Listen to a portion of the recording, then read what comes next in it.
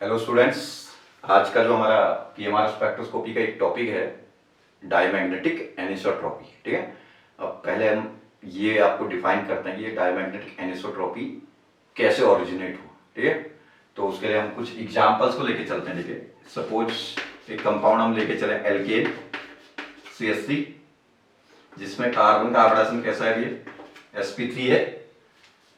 Then एक आप alkene ले लें CH3 CH double bond CH2, यहाँ पे कार्बन एटम्स का हाइब्रिडाइजेशन sp2 है, डबल बॉन्ड वाले कार्बन का, दोनों कार्बन का sp2 है। एक आप एरोमेटिक कंपाउंड ले लोगे, एरोमेटिक कंपाउंड में ईच कार्बन का हाइब्रिडाइजेशन फिर से sp2 होता है। ठीक है ना, तो इसमें भी कार्बन का हाइब्रिडाइजेशन कैसा होगा आपका sp2। एक आप ले लेते हैं CH3 C triple bond CH alkyne, जहां पे कार्बन का हाइब्रिडाइजेशन sp है। ठीक है, तो यदि हम इलेक्ट्रोनेगेटिविटी कंसेप्ट को समझते हैं तो उसके अकॉर्डिंग देखिए, जितना ज्यादा s करेक्टर होता है उतना ज्यादा इलेक्ट्रोनेगेटिविटी होती है।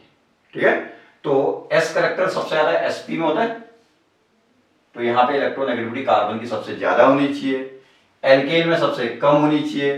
तो ये सबसे ज्यादा इलेक्ट्रोनेगेटिव होगा तो CH बॉन्ड के इलेक्ट्रॉन को सबसे ज्यादा विड्रॉ करेगा। तो CH बॉन्ड से रिलेटेड जो हाइड्रोजन है उसका जो न्यूक्लियस, दैट इज प्रोटॉन जिसको हम कहते हैं, उसका जो केमिकल शिफ्ट होगा वो सबसे ज्यादा आना चाहिए। क्यों? क्योंकि ये जो हाइड्रोजन है भैया, ये sp हाइब्रिड कार्बन से जुड़ा है, तो मोर इलेक्ट्रोनेगेटिव से जुड़ा है, तो इलेक्ट्रॉन को विड्रॉ करेगा, तो डीसिल्डिंग होगी ना यहाँ पे, जो हाइड्रोजन होगा या प्रोटॉन होगा उस पर, तो यहाँ पे डीसिल्डिंग होगी। तो डीसिल्डिंग होगा तो केमिकल शिफ्ट क्या आना चाहिए, बहुत हाई आना चाहिए। कहने का मतलब हाई केमिकल शिफ्ट होगा, जिसको हम डीसिल्डेड सिग्नल कहते हैं या डाउनफील्ड सिग्नल कहते हैं। ठीक है, और इसमें थोड़ा सा कम आना चाहिए क्योंकि इनका हाइब्रिडेशन sp2 है, और यहां सबसे कम होना चाहिए प्रोटॉन का जो केमिकल शिफ्ट आना चाहिए, क्योंकि सबसे कम इलेक्ट्रोनेगेटिविटी है, sp3 हाइब्रिडेशन है, तो इलेक्ट्रोनेगेटिविटी कार्बन की सबसे कम, यहां थोड़ा सा ज्यादा इलेक्ट्रोनेगेटिविटी, यहां सबसे ज्यादा इलेक्ट्रोनेगेटिविटी। ठीक है, तो इसका मतलब इस प्रोटॉन का केमिकल शिफ्ट सबसे ज्यादा होना चाहिए। ठीक है, लेकिन क्या है, एक्चुअली ऐसा देखा नहीं गया भैया। ये देखिए, इनका मैं डेटा आपको देता हूं, तो डेल्टा वैल्यू जो आपका ट्रिपली बॉन्डेड कार्बन से जो जुड़ा हुआ प्रोटॉन था उसके लिए था 2.4 ppm। ठीक है, और बेंजीन रिंग से जुड़ा हुआ जो प्रोटॉन था उसका डेल्टा वैल्यू आपका ऑब्जर्व किया गया 7.37 ppm के आसपास। ठीक है, और डबल बॉन्ड में भी आपका जो टर्मिनल था उसका जो वैल्यू मिला हमको, डेल्टा वैल्यू, ये था आपका 4.7 ppm। एंड जो आपका क्या है, इंटरनल कार्बन है, डबल बॉन्ड में एक टर्मिनल हो सकता है, एक इंटरनल वाले का डेल्टा वैल्यू था आपका 5.3 ppm। ठीक है, और इसका आपका डेल्टा वैल्यू था 0.9 ppm। ठीक है, तो यहां तक तो कोई दिक्कत नहीं है, तो इसका सबसे कम होगा तो सीधी सी बात है, क्योंकि सबसे कम इलेक्ट्रोनेगेटिव कार्बन है। तो इन दोनों में हाइब्रिडेशन sp2 है, उसमें sp है, तो वहां इलेक्ट्रोनेगेटिविटी कार्बन की ज्यादा है, तो उसका जो प्रोटॉन है मोर डीसिल्डेड होना चाहिए। तो मोर डीसिल्डेड प्रोटॉन होगा तो उसका हाई केमिकल शिफ्ट होना चाहिए कंपेयर टू इन सब से, क्योंकि इन सब में sp2 हाइब्रिड कार्बन से H जुड़ा हुआ भी है। लेकिन इनका केमिकल शिफ्ट ज्यादा दिख रहा है, उसका केमिकल शिफ्ट कम दिख रहा है। तो इस डिस्क्रिपेंसी को आपका क्या है, डिफाइन करने के लिए कि ऐसा क्यों आपका हो रहा है, इसको डिफाइन करने के लिए तब आपका डायमैग्नेटिक एनिसोट्रॉपी का कंसेप्ट ओरिजिन में आया भी आपका। और एनिसोट्रॉपी का मतलब क्या होता है, डिफरेंट इन डिफरेंट। एनिसोट्रॉपी एक ग्रीक वर्ड है जिसका मतलब होता है डिफरेंट इन डिफरेंट, मतलब डिफरेंट पोजीशंस पर डिफरेंट आपका मैग्नेटिक फील्ड क्या है तुम्हारा एग्जिबिट हो रहा होगा, उससे डिफरेंट केमिकल शिफ्ट आपका क्या हो रहा होगा, अपीयर हो रहा होगा। चलिए उस कंसेप्ट को हम फिर आते हैं। पहले मैं थोड़ा सा इसको क्या है डायग्रामेटिकली आपको एग्जांपल के थ्रू एक्सप्लेन करता हूं, तो आपको तब क्लियर होगा कि ऐसा क्यों हो रहा है, इस टाइप का बिहेवियर क्यों दिख रहा है। ठीक है, एक चीज हम जानते हैं कि जो पाई बॉन्ड के इलेक्ट्रॉन होते हैं वो लूजली बॉन्डेड होते हैं, तो वो क्या है, बहुत ज्यादा क्या कहते हैं सर्कुलेशन करने की टेंडेंसी रखते हैं, मूवमेंट करने की टेंडेंसी रखते हैं, या डीलोकलाइजेशन टेंडेंसी रखते हैं, इस कारण से उनके द्वारा जो जनरेटेड मैग्नेटिक फील्ड होता है वो भी काफी हाई रहता है। ठीक है, ये देखिए ये है हमारे पास एक एग्जांपल एल्कीन, इसमें जो पाई बॉन्ड के जो 2 इलेक्ट्रॉन है भैया, इनके द्वारा भी आपका क्या होता है, एक सर्टेन मैग्नेटिक फील्ड जनरेट किया जाता है या इंड्यूस किया जाता है, ठीक है, जिसका डायरेक्शन इस तरीके का होता है। ये है,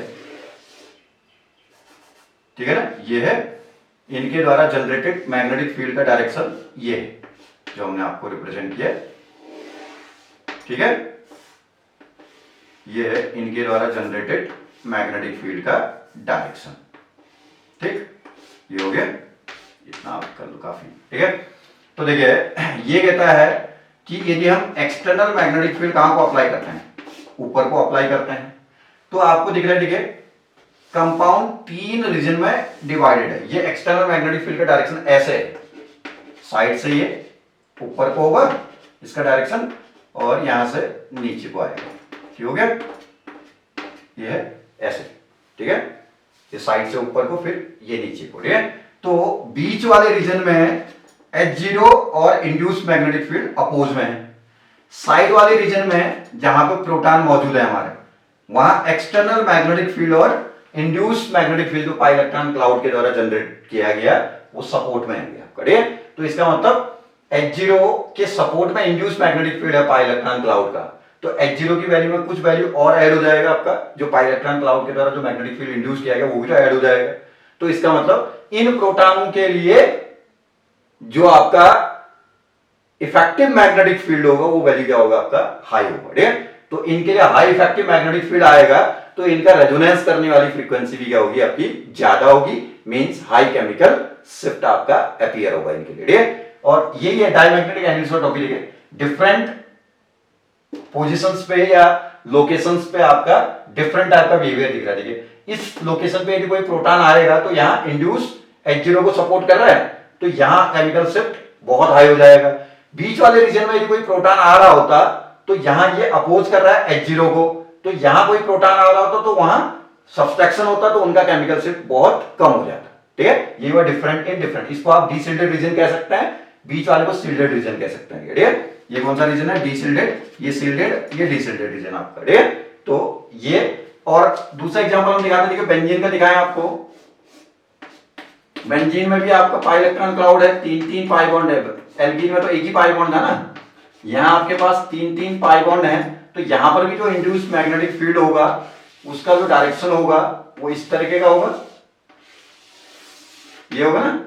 तो इंड्यूस्ड मैग्नेटिक फील्ड का जो डायरेक्शन है उस डायरेक्शन से आपको क्या दिख रहा है, देखिए बीच वाले रीजन में जहां आपका H0 अपवर्ड है और पाई इलेक्ट्रॉन क्लाउड के द्वारा जनरेटेड इंड्यूस्ड मैग्नेटिक फील्ड कहां को दिख रहा है, डाउनवर्ड दिख रहा है। बीच वाले रीजन में देखो ये नीचे को दिख रहा है, ये ऊपर को दिख रहा है, तो इस रीजन में कोई प्रोटॉन आता तो डीशिल्डेड हो जाता, सॉरी शिल्डेड हो जाता, उसमें H0 में कुछ सब्सट्रैक्ट हो जाता, तो इफेक्टिव बहुत कम हो जाता उनके लिए, तो रेजोनेंस फ्रीक्वेंसी एंड केमिकल से बहुत लो हो जाता है। ठीक है, तो ये शिल्डेड रीजन इसलिए कहते हैं क्योंकि यहाँ क्या है, जो भी प्रोटॉन इस रीजन में आता है तो उनका क्या है, बहुत लो केमिकल शिफ्ट आ जाता है, उसका रीजन आप समझ सकते हैं। और इस रीजन में जो प्रोटॉन आते हैं तो वहां इंड्यूस्ड मैग्नेटिक फील्ड जो पाई इलेक्ट्रॉन क्लाउड के द्वारा जनरेटेड है वो एक्सटर्नल मैग्नेटिक फील्ड को सपोर्ट कर रहा है, तो बेंजीन के सारे प्रोटॉन इसी रीजन में तो आ रहे हैं, तो इसलिए क्या होगा, इन सारे प्रोटॉनों के लिए इफेक्टिव मैग्नेटिक फील्ड का बहुत हाई होगा, क्योंकि H0 के सपोर्ट में इंड्यूस भी है, तो इफेक्टिव आप ज्यादा आएगा उस केस में। ठीक है, इफेक्टिव ज्यादा आएगा तो रेजोनेंस फ्रीक्वेंसी ज्यादा होगा, केमिकल शिफ्ट भी क्या होगा, ज्यादा होगा, इसलिए डीशिल्डेड सिग्नल देते हैं या डाउनफील्ड सिग्नल देते हैं ये प्रोटॉन। ठीक है, और बेंजीन का कितना था, अप्रॉक्स 6 to 8 के आसपास इसका केमिकल शिफ्ट आता है, इनका अप्रॉक्स 4 to 6 के बीच में आता है, तो इसका कम इसका ज्यादा क्यों, क्योंकि यहाँ पाई इलेक्ट्रॉन क्लाउड ज्यादा है, तो इंड्यूस जो क्या है सपोर्ट कर रहा है H0 को, वो भी तो ज्यादा होगा ना इंड्यूस, तो इसलिए इफेक्टिव इनके केस में और ज्यादा आएगा कंपेयर टू एल्कीन से। ठीक है, देन तीसरा जो हम केस चलते हैं भैया, जो हमारे थोड़ा सा कंफ्यूजिंग केस है, एल्काइन का केस है। ठीक है, तो एल्काइन में जो पाई इलेक्ट्रॉन क्लाउड के द्वारा जनरेटेड मैग्नेटिक फील्ड है उसका डायरेक्शन इस तरीके का होता है, ठीक है ना, इस तरीके का मैग्नेटिक फील्ड का डायरेक्शन होता है।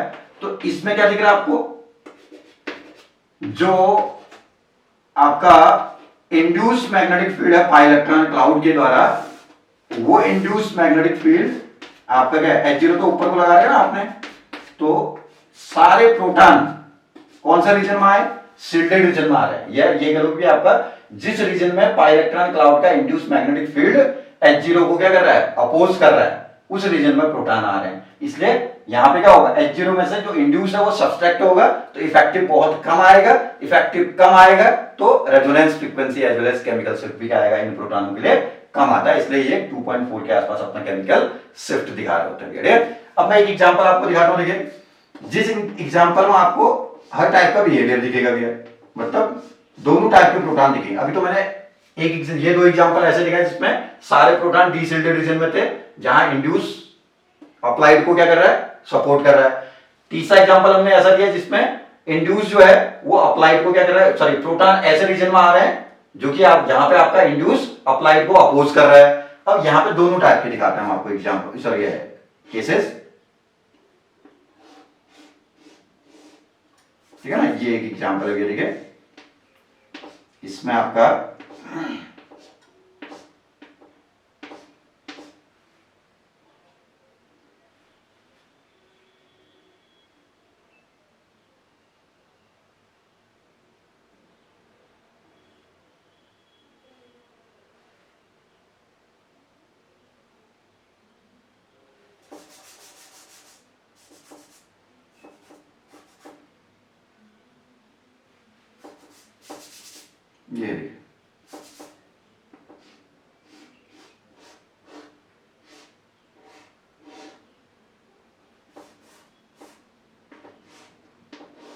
ये भी एग्जांपल, ठीक है ना।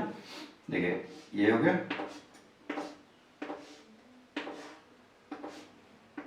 ये ना, तो इसमें ये H, ये H, ये H और ये H, ये चार हाइड्रोजन अंदर को है। अदर सारे कार्बन से जो हाइड्रोजन है वो सब कहां को है भैया, बाहर को है। ठीक हो गया, H H H H and H। Outward वालों को B लिख लें, इनसाइड वालों को A लिख लेते हैं।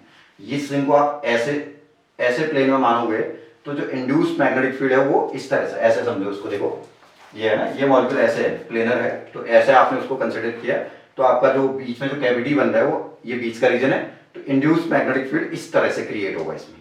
ठीक है, तो इस तरह से क्रिएट हो रहा है, तो जो आउटसाइड जो प्रोटॉन है बाहर की ओर को, वो उन प्रोटॉन के लिए क्या होगा, इंड्यूस ऊपर को आ रहा है, ऊपर को जा रहा है, और नीचे से H0 भी आपने कहां को लगा रखा है, अपवर्ड लगा रखा है। ठीक हो गया, तो ये सारे प्रोटॉन अप्लाइड फील्ड के डायरेक्शन में आ रहे हैं। सॉरी, ये कह रहे हैं कि इन सारे प्रोटॉनों के लिए इन पाई इलेक्ट्रॉन क्लाउड के द्वारा इंड्यूस मैग्नेटिक फील्ड जो होगा वो क्या होगा, अपवर्ड है, H0 भी अपवर्ड है। तो इनके लिए आपका क्या दिया, इनके लिए बहुत हाई केमिकल शिफ्ट आ जाएगा, क्योंकि सारे डीशिल्डेड जोन में आ जाएंगे। और बीच वाले जो प्रोटॉन है, ये देखिए इंड्यूस मैग्नेटिक फील्ड नीचे को आ रहा है, तो बीच वाले प्रोटॉन के लिए इंड्यूस नीचे को आ रहा है और अप्लाइड ऊपर को लगा हुआ है, तो उनके लिए अपोज होगा। तो ये चार प्रोटॉन का केमिकल शिफ्ट बहुत कम आ जाता है, टीएमएस के प्रोटॉन से भी कम, नेगेटिव में केमिकल शिफ्ट दिखता है इनका। और इन प्रोटॉनों का केमिकल शिफ्ट अप्रॉक्स 8, 9, 10 के आसपास आपको अपीयर होता है। उसका रीजन के लिए बहुत ज्यादा पाई इलेक्ट्रॉन क्लाउड है, तो इंड्यूस भी बहुत ज्यादा होगा, जो आपका H0 को बहुत ज्यादा सपोर्ट करेगा। इसलिए इफेक्टिव इन सारे आउटवर्ड प्रोटॉन के लिए क्या होगा, ज्यादा होगा। तो इफेक्टिव ज्यादा होगा तो ये सीधी सी बात है, जिनके लिए इफेक्टिव ज्यादा होगा तो वहां क्या होगा, इफेक्टिव ज्यादा होगा तो क्या होगा, हाई रेजोनेंस फ्रीक्वेंसी होगा, हाई केमिकल शिफ्ट होगा। तो इसमें ये प्रोटॉन हो गए आपके डीशिल्डेड जोन में कह सकते हैं, और ये प्रोटॉन हो गए शिल्डेड जोन में। तो इनका केमिकल शिफ्ट बहुत कम, 0 से भी नीचे, और इनका बहुत ज्यादा, अप्रॉक्स 9, 10, 11 ऐसे के आसपास रहता है आपका। तो इसमें दोनों टाइप के आपके एनवायरनमेंट दिखते हैं इस एग्जांपल के अंदर।